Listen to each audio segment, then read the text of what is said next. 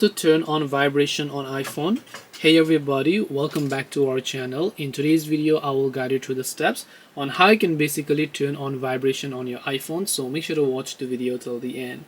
Now vibration on iPhone is not called vibration, but they are called haptic feedbacks. So to enable haptics on your iOS, all you have to do is open the settings application here, and once you launch the settings app, what you want to do is simply go to an option known as sounds and haptics. So make sure to tap on the sounds and haptics button, and once you tap on the sounds and haptics option over here, you'll find haptics from the very top. All you have to do is set this to always play, because if you set this to play in silent mode, or don't play in silent mode, or don't play at all, then you will not be able to hear vibrations on your device. So if you want to feel haptics and vibrations, set this to always play, and then you can choose other options from the bottom as well. You can also choose keyboard and feedback. Whenever you're typing, if you want a haptic feedback, you can enable that as well.